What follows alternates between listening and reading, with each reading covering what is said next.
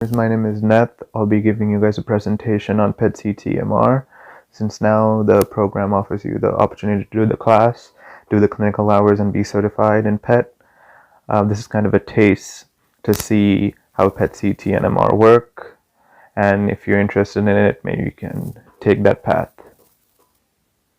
So let's start with the objectives. I'll go over some of these. We'll learn the primary use of PET, and then we'll see how PET is combined with CT and MR. We'll talk about some of the disadvantages and advantages of PET-CT versus PET-MR. We'll talk about some of the components of PET, and then we'll slightly go into the physics of it as well. Start with a quick introduction. Positron emission tomography is what PET stands for. And what happens in PET is we take a radioactive isotope. So we know what radioactive is, and what isotopes are: different form of the same element. So for example, if we have carbon, that's the element. We have carbon 12, and then we have carbon 14, which is an isotope of carbon. And the only difference is carbon 14 has 8 neutrons and carbon 12 has 6 neutrons. They're different forms of the same element. So in this case, as far as PET goes, the most commonly used radioactive isotope is fluorine-18. So let's say we take this fluorine-18 radioactive isotope and we attach it to a chemical compound. So it can be a protein, a sugar, hormone, anything. We attach it to that and introduce it to the body. So the attachment of the radioactive isotope with the chemical compound is called a radioactive tracer or a radiotracer. And this is what's introduced into the bloodstream. It travels through the bloodstream and then is uptaken by whatever tissue or whatever organ we want to see.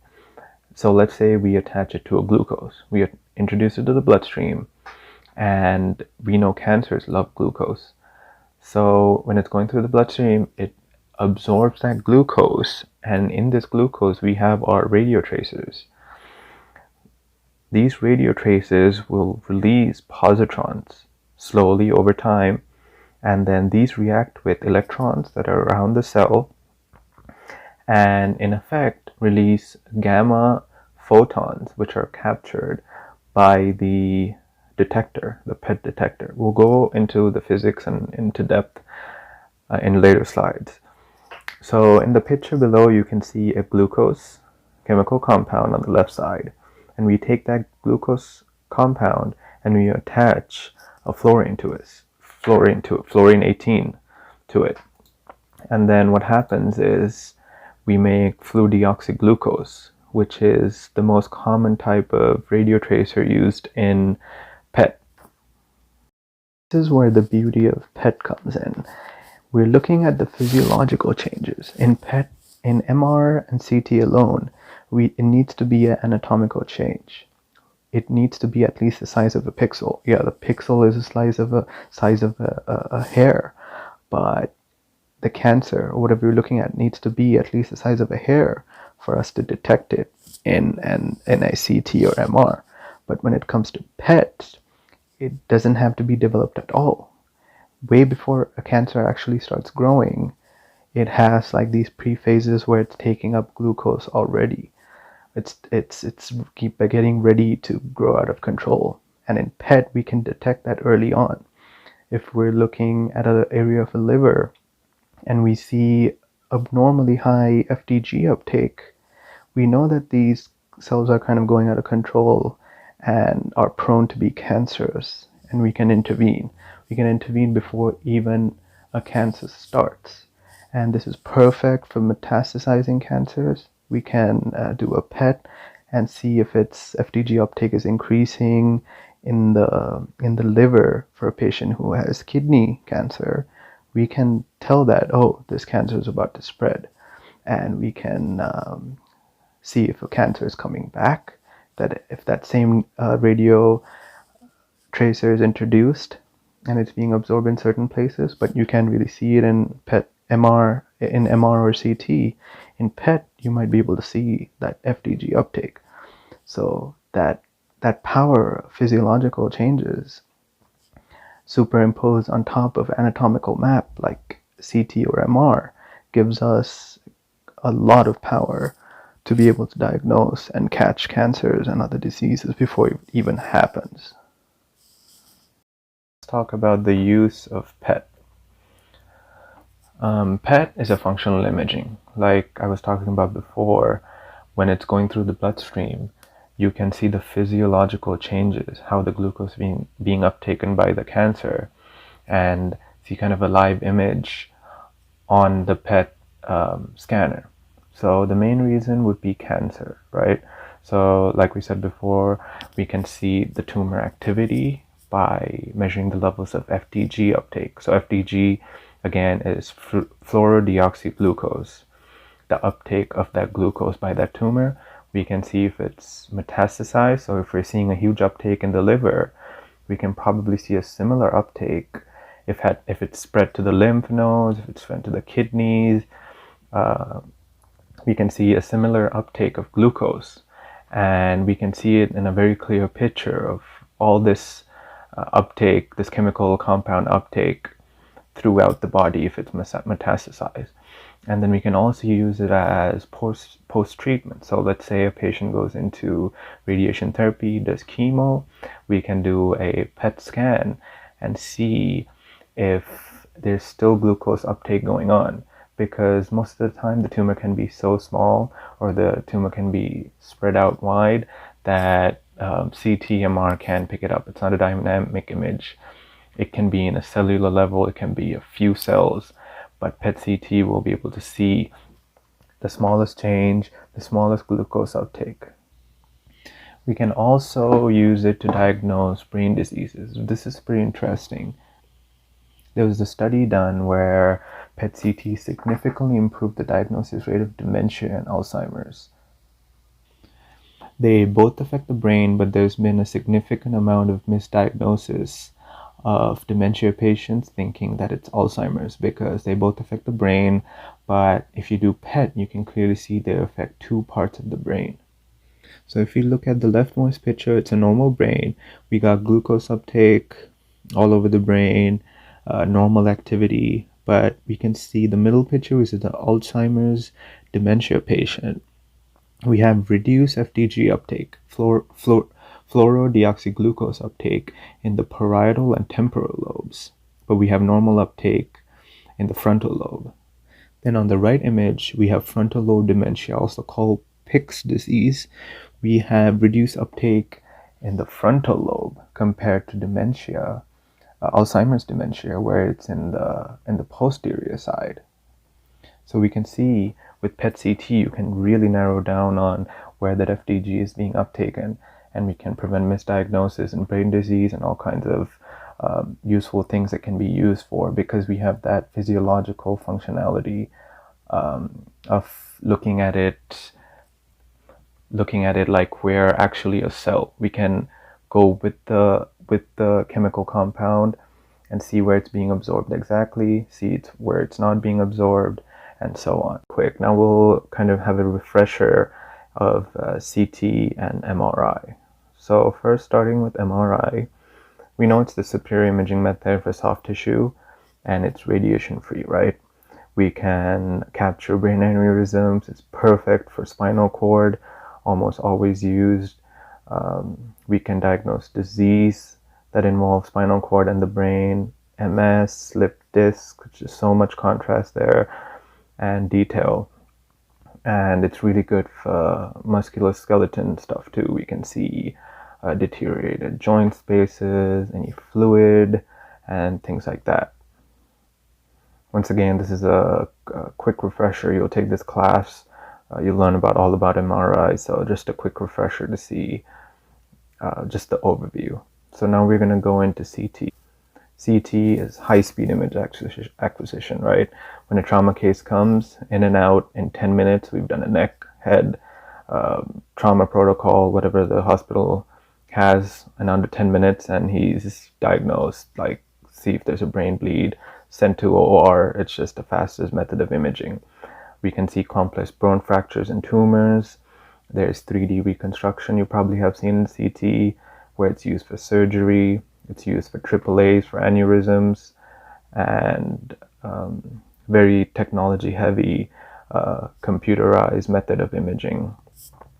And then we can also use it for CTAs, for internal bleeding and stuff. If there's a trauma case, you bring them in, we do a CT of the neck, we can see if the carotids are compromised, any bleeds, abdomen, pelvises, we can see if the bladder is punctured, any broken bones, any perforations, stuff like that.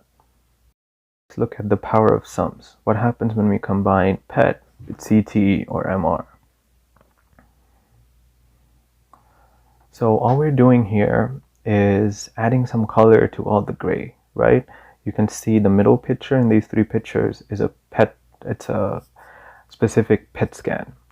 And what we can do is we can add the functionality and specificity of the PET to the speed and anatomical information of CT and MR. So we get very little anatomical information in PET. You can kind of see it's just dark in one place, it shows the FDG uptake, and then light in some places, and it's so. So we have the CT scan on our left side, and what we're doing is superimposing the PET information on the anatomical information of the CT. And I thought there was more going on when it comes to PET CT, but simpleness is sometimes the answer, and that's exactly what's happening here. They're superimposing the PET functionality, the FDG uptake, on the CT scan, and now it's showing the FDG uptake of specific organs in the specific location. So now you can be way more precise than you were with just a PET scan, which is pretty cool in my opinion. About some of the advantages and disadvantages of PET CT versus PET MR.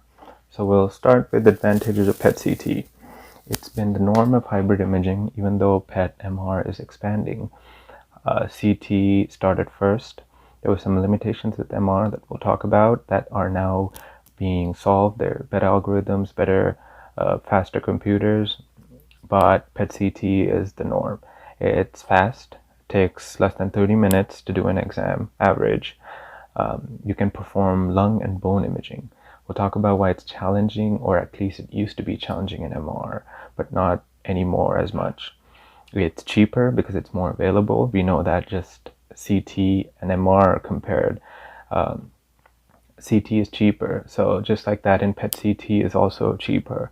We have 1,600 PET CT scanners in the US compared to 30 PET MR, but there are more scanners now, more manufacturers are making them, so it's more available. Okay, now we'll move on to disadvantages of PET CT. PET CT can perform simultaneous data acquisition. Newer machines are starting to do this, but most machines, you need to do the CT first and do the PET after, or PET and then CT.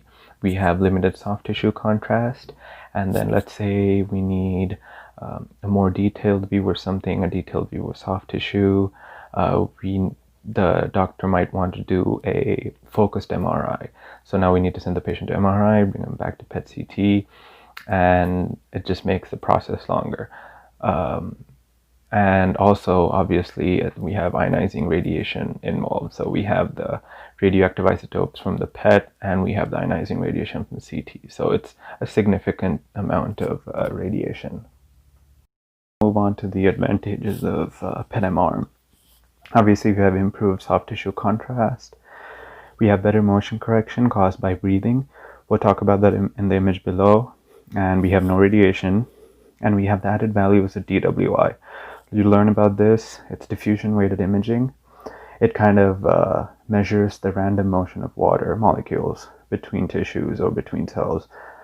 And it's just an extra amount of data that the physician can use to extrapolate or diagnose different things. We also have the convenience of time saving because we can do both PET and MRI simultaneously. So we'll talk about motion correction in the image below. So we have a MRI that's of the abdominal region, and you can see the left image is blurry because it was just captured, and the image on the right uses respiratory gating. When you do your MRI rotation, you'll see certain exams, especially in the abdomen region, livers, kidney, renal, stuff like that. They use respiratory gating where it only scans between breaths. So it doesn't scan while you're breathing, because when you're breathing, your organs are moving. It uses respiratory gating, and it tracks the patient's breathing, and it starts scanning only when there's no movement. This is not used in CT because CT is much faster, but with the combination of improved soft tissue contrast and the respiratory gating, we can get really good images in MRI. Now we'll talk about the disadvantages of PET-MR. So PET-MR has limited field of view, and it also depends on bone for attenuation correction calculations. So attenuation correction will go into depth later on, because it's a kind of a complicated, tricky concept. What happens in PET-MR, we will speak about it later. It shoots two gamma rays in opposite directions. Sometimes, just like in X-ray, these gamma rays are attenuated in the body depending on how deep the tissue we're imaging is. And after it's attenuated, only one gamma ray might go and hit the detector, but the opposite one is not hitting. In X-ray, we can compensate for this because we know how dense the body is, because we're using X-ray. It penetrates through. We can see how dense bone is, how dense tissue is. We know exactly where the organ is. But in MR, we're working with the relaxation of cells, and we can't really determine how dense a tissue is or how dense an organ is. So we kind of run into a problem. But nowadays, there's algorithms that are really good at calculating these attenuation corrections and compensating, and be willing to give us good attenuation corrections. Further, it costs more, longer acquisition time, and because we don't have many PET MRs, we don't have physicians that are trained to read these PET MRs. So those are some limitations, but these are limitations that over time will be solved. More physicians will be trained, technology is improving, so these AC calculations are going to be much better. So now let's go on to the components. I'm using pictures of PET CT and PET MR scanners that are slightly older, because these are what you'll probably see at hospitals that we go to. Like this PET CT is from Children's Hospital. If you're in MRI for CHLA in the main hospital, it's the same location as where the MR scanners are. It's actually right next to the MR scanner, and it's the exact same Philips scanner that you see in this image. And in this picture, in the older scanners, they literally just smack a PET scanner and a CT scanner together, and the computer does everything else as far as combining the images. You can see we have a stationary PET detector, and then we have a helical CT scanner, stationary, and then we have the couch. So it's pretty simple. Now newer machines, both of them are built into one gantry. It's not two. Instead of two gantries, there's just one gantry. Move on to the components of PET-MR. It's pretty similar to PET-CT. This is again older machine. So what happens in the MRI PET is we have a stationary PET detector, and then we have the couch, and we have a MRI scanner. So what happens is this couch rotates 180 degrees. So we'd go into the stationary PET detector first, and then you turn around and go into the MR. And that way we can acquire the image at the same time. The PET detector and its components, and we'll talk about a little bit of the physics of it. And it all starts with the annihilation process. This concept is surprisingly pretty easy to understand, so hang with me. So let's go back. We have a radio tracer, right? A radio tracer, fluorine-18 in this case. Let's say we attach it to a glucose because we want to see a cancer that's uptaking glucose. Let's say the cancer is in the liver. So fluorine-18 attached to glucose, we got fluorodeoxyglucose. We administer it IV, intravenously, and it goes. And now the cancer is sitting in the liver and it's uptaking that glucose, right? After it uptakes the glucose, the fluorine-18 in that glucose starts slowly releasing positrons. And you can see the E with the plus. It's an electron that's positive. The positron is shooting out, and at a certain speed, when it goes and hits an electron, it gets annihilated and releases 2 gamma rays, which are photons, in equal and opposite directions from the tissue, from the cell we're looking at. And hundreds, thousands, millions of these happen because there's plenty of positrons. And this keeps happening, and this is what's detected by the detector.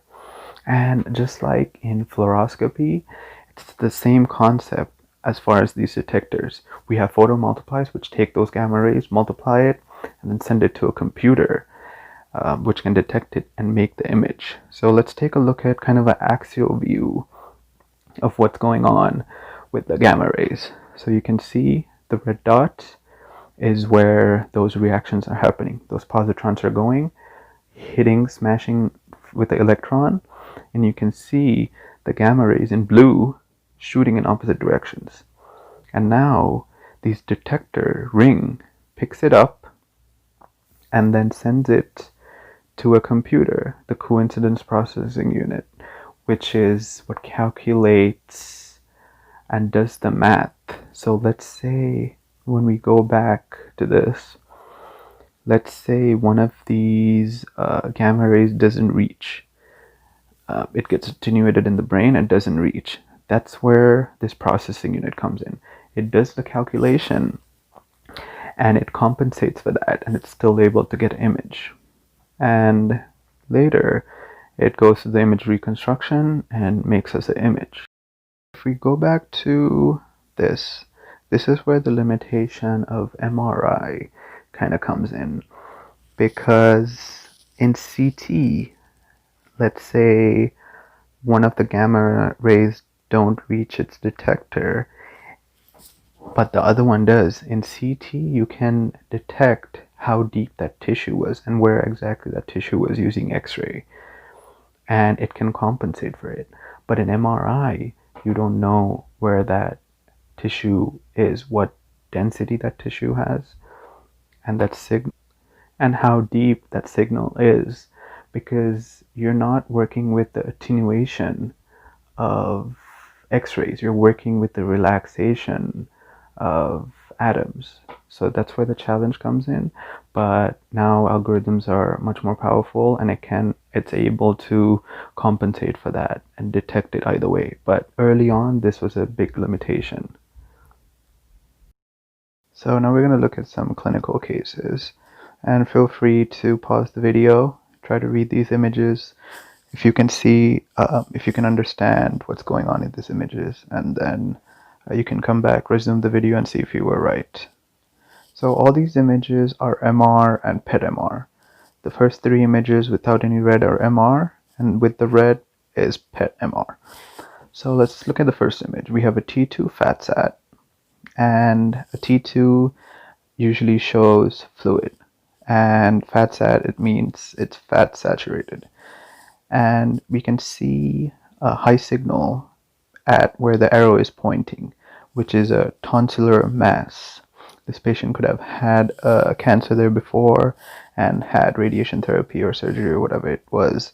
And this could be a leftover mass, or it can be a mass they just detected, but we know it's hyperintense. There's signal coming from it. A T1 can't see anything. T1 plus contrast, we should see a contrast intake if it is a malignant tumor.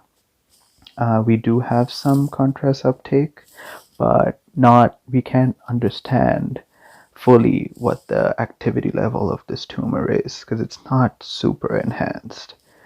And if we didn't have PET CT, we might just think, you know what, it's benign.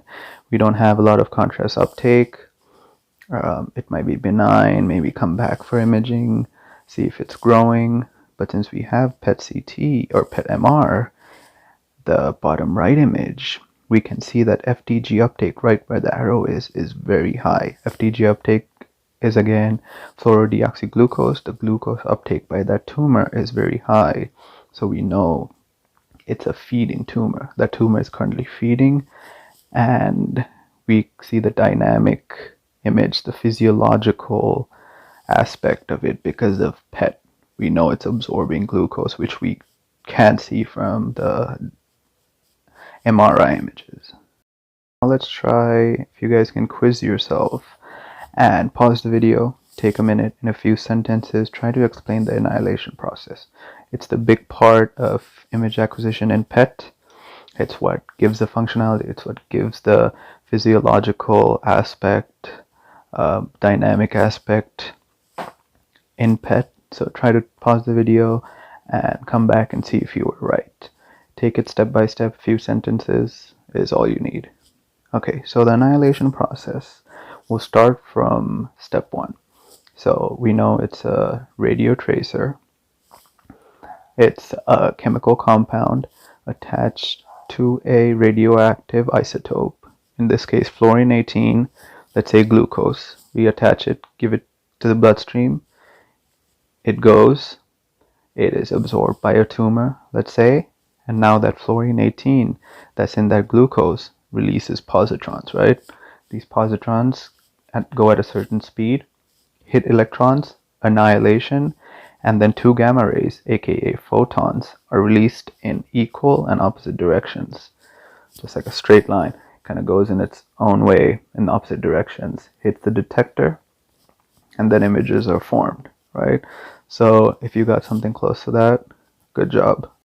So from what we've learned so far, let's try to get in the radiologist's shoes and look at a case study and see if we can read it and see what's going on using terms that we learned in this presentation.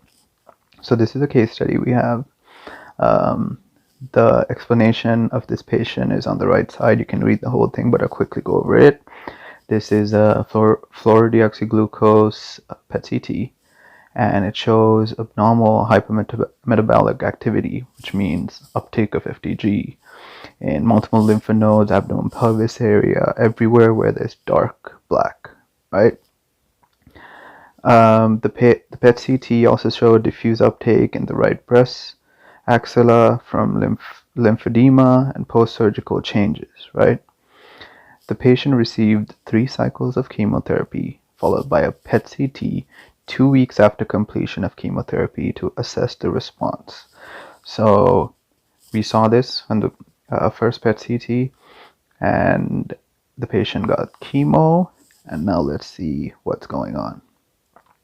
So take a look at the first image, pre-chemo and post-chemo, and try to think of the terms we learned and what goes on, the physiological aspect of cancers, and see what the chemotherapy did to this patient, right? So take a second, pause the video, and kind of a few sentences, just tell yourself what happened from pre to post chemo compared to the follow-up image. Okay, so now we'll go over the answer.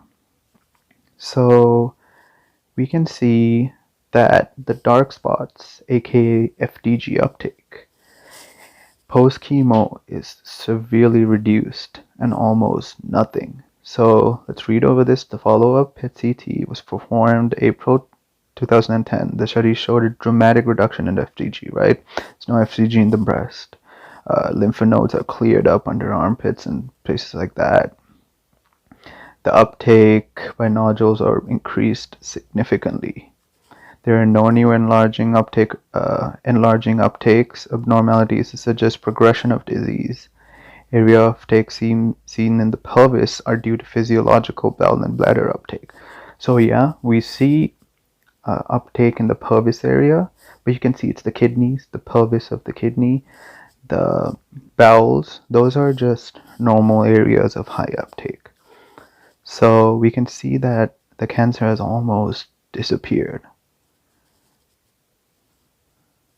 So we can see even in the breast, there's no tumor. So the chemo has done wonders, has effectively gotten rid of the cancer. So later on, this patient can come for another PET-CT. We can give the same radio tracer and see if that exact same cancer has come back or is hiding somewhere and repopulated itself. And we can keep track of this cancer, make sure it hasn't metastasized anywhere we didn't see. You guys pretty much read a PET scan, right? And this is what's so beautiful about PET or PET-CT, PET-MR, is that PET gives you the advantage of seeing the physiological changes before it turns into a physical change. So if this patient, if the cancer reappears, and let's say it starts in a cellular level with a few cells, we can see it in PET-CT. We can see that FDG uptake in that area before we see it in an MRI where it's lit up by contrast, or the T2 image we can see it nice and white, or a DWI, a tumor in the brain.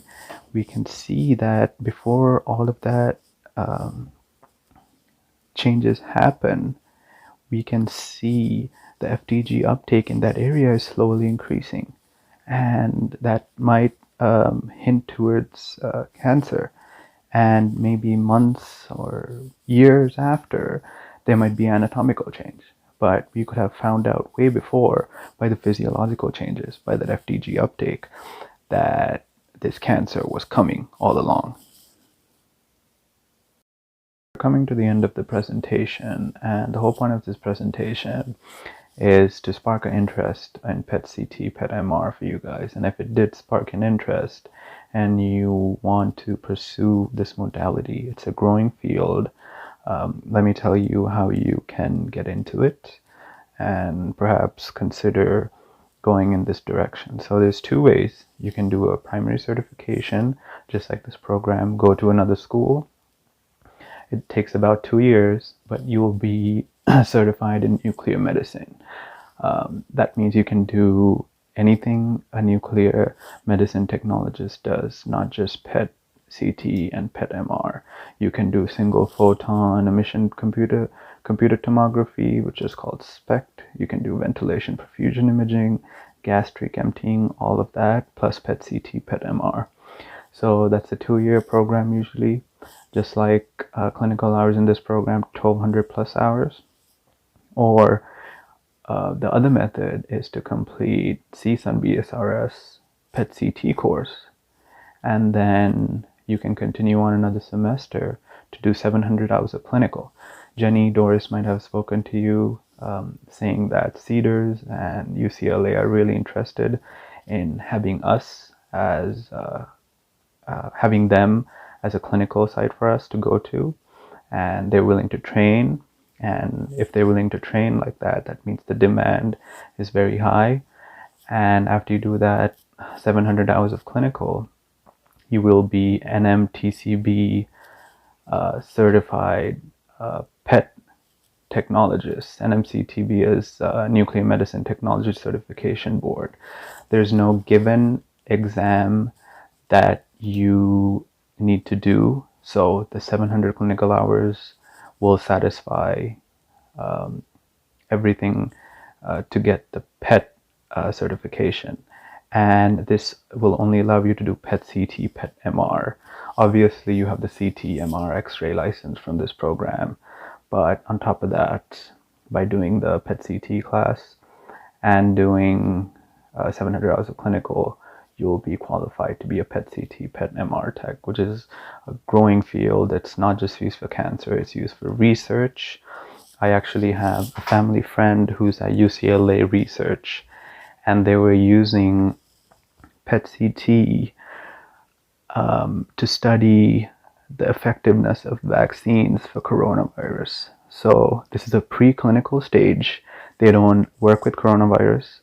They work with the vaccine that's used to deliver the antibodies, and they see the effectiveness of that vaccine by looking at the physiological aspect of that vaccine, how it's absorbed, how effective it is in being absorbed to the immune system, and the immune system fighting the virus and making antibodies. So it's used for research, it's used for diagnosis, and it's just a forever growing field, just like X-ray was a few years ago. We had single slice, and now can have scanners over 320 slices. So this is just the start of PET-CT, PET-MR. And if you're interested, definitely you can talk to Jenny, Doris. They're very educated, and they can answer most of your questions if you're interested in going into this field. Or feel free to email me if you have any more further questions. And this is the end of my presentation. These are all my references. If you have any questions, feel free to email me or get in contact with me. If you want the PowerPoint, I can send you the link. And other than that, I'm done here. All the best for the rest of the program. And yeah, good luck. Thank you.